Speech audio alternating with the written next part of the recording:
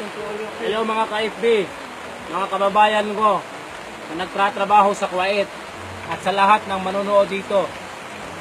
Ito po yung unang padala ng asawa ko na nagtratrabaho sa Kuwait. Alam nyo po kung magkano ito. Sa lahat ng merong OFW na kamag-anak, alam nyo kung magkano ang kinikita nila doon buwan-buwan.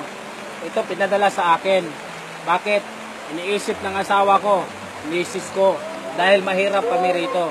Pinapadalhan kami sa unang sahod. Unang sahod po, natanggap namin. Pero alam nyo po, kung anong nararamdaman ko ngayon, hindi po masaya. Kahit gaano kalaki ang pera na ipapadala, malungkot pa rin. Bakit? Sapagkat, ang mahal mo sa buhay, pag nasa malayong lugar, hindi matutumbasan ng pera yan. Masarap pag nakasama mo. Pero hindi na tayo magpaligoy-ligoy. Kailangan din natin ng pera.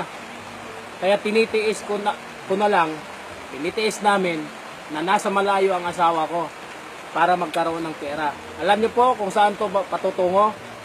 Sa bank account po ng mga anak namin at sa kanya. Abangan niyo po, 2 taon kung paano ko gagamitin ang pera na pinadala ni Mrs. Mamang, hi Mamang.